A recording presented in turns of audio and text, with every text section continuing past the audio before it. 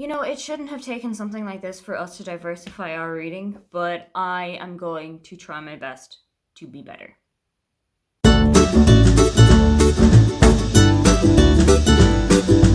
Hi, welcome, come on in. My name is Aoife, and today I am going to take you through some books that I am definitely going to try and read for this summer.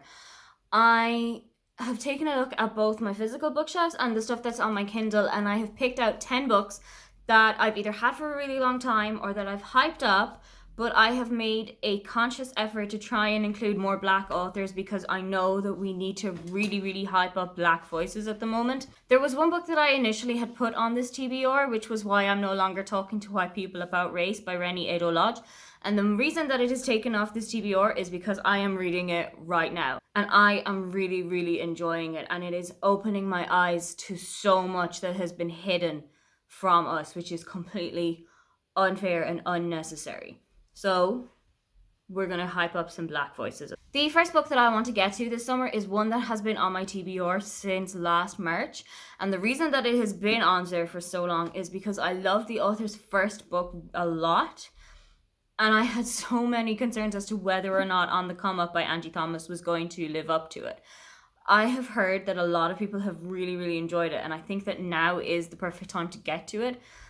But technically I should have bought and read it on the same day. So On the Come Up is about Brie, who is 16 years old and she's a rapper and she's kind of starting to break into the music scene. And her late father was also a really big name in underground rap and hip hop, but he died before he made it pretty big. The difference here is that one of Brie's songs makes it huge, but it's all for the wrong reasons, and now the family is facing quite a lot of repercussions through that. Quite a lot of the story focuses on the aftermath of Brie's song, and I understand that there is a story about eviction in this, which I am really interested to see how this is dealt with. I know that Angie Thomas herself used to be a rapper, or does still rap to some extent, so I am really excited to finally get this one ticked off. The next book that I'm hoping to get to is the first in a series, and it is Royals by Rachel Hawkins. I got this as a gift from my friend Cora. I got this as a gift like at the start of the year, or like March or April or so. This is the first in a series. It is about a girl called Daisy who flees to the Scottish Highlands and falls in love with the Prince of Scotland. I really enjoyed American Royals. Didn't really enjoy Red, White and Royal Blue so much.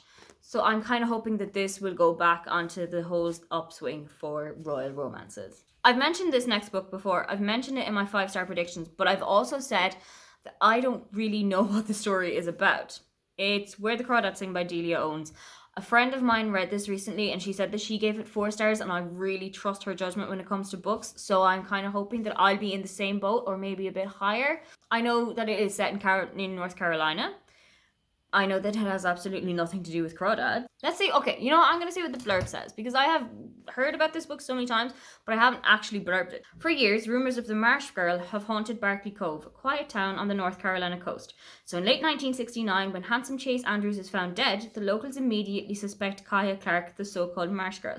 But Kaya is not what they say. Sensitive and intelligent, she has survived for years alone in the marsh that she calls home, finding friends in the gulls and lessons in the sand. Then the time comes when she yearns to be loved. When two young men from town become intrigued by her wild beauty, Kaya opens herself to a new life and the unthinkable happens. I hadn't read this blurb yet, and now I really want to know what the unthinkable is. This is definitely getting read this year. The next book that is hopefully coming off my physical TBR is Such a Fun Aid by Kylie Reid. So I bought this just before the bookshops closed down, before the COVID-19 restrictions came in. And I had heard really great things about it. I have listened to a podcast where Kylie Reid speaks to Emma Gannon about this book and about her life and about her experiences with racism. I know that this is about a woman named Alex, who's kind of a businesswoman. And she hires a babysitter named Emmy, who takes the baby out just for an evening one time and is accused of stealing the baby, is accused of having kidnapped the baby, basically. And a video surveillance footage of Emmy with the baby goes viral. And I don't really know what happens after that, but damn am I hoping to find out. So the next book on my TBR is a YA book. It's written in free verse, which isn't something that I read quite a lot of, but I have got some experience with it and I have really enjoyed it. It's got a fantastic cover. It was one of the YA 10 nominees, and it was given to me as a gift from my Amazon wishlist, very, very kindly, as a gift from my friend Emma from Bookworm Girl 24. It is Black Flamingo by Dean Atta. I am in love with this cover. Black Flamingo is about a young boy who is multiracial. He is of Greek Cypriot and of Jamaican heritage. And he's kind of struggling to find who he is, but then he discovers drag, and he takes the drag name the Black Flamingo. And he just takes on a new lease of life. I know quite a lot of people have read it on my timeline recently, and they have really, really enjoyed it. And I know this book is going to have as good content as it does a cover. My next physical read is a buddy read with Paige from Pages with Paige. I said Paige about 90 times there. And it's a book that I started in December, but I had to kind of leave it to the side because when I'm reading in December, I find it really hard to just connect with the book. And the book is Beartown by Friedrich Backman. It's translated from the Swedish original, and this is going to be the second Friedrich Backman book that I read. I've already read and really, really loved A Man Called Uwe. So I am hoping that I am also going to really enjoy this one, even though, given the subject matter, which is a rape that takes place in a small Swedish town, which involves the local hockey team, I don't know if enjoy it is the right word to use, but I hope that it's going to leave an impact. The final physical book is by my author, Pretending by Holly Boyd. She could release the phone book and I would read it. So Pretending is about April, who can never really seem to get past the 5th date when she's out with guys. So she kind of invents this manic pixie dream girl version of herself called Gretchen. She uses Gretchen on social media sites. She uses Gretchen on dating apps, and it's kind of her story about being this manic pixie dream girl that all guys are looking for while still trying to stay true to herself. So I've also got 3 books on my Kindle that I really want to get to this summer, and I'm going to go into these ones completely blind. I know I've spoken about them in videos before, but I'm not going to find out too much about them so that I can just go in blind and enjoy them as much as I can.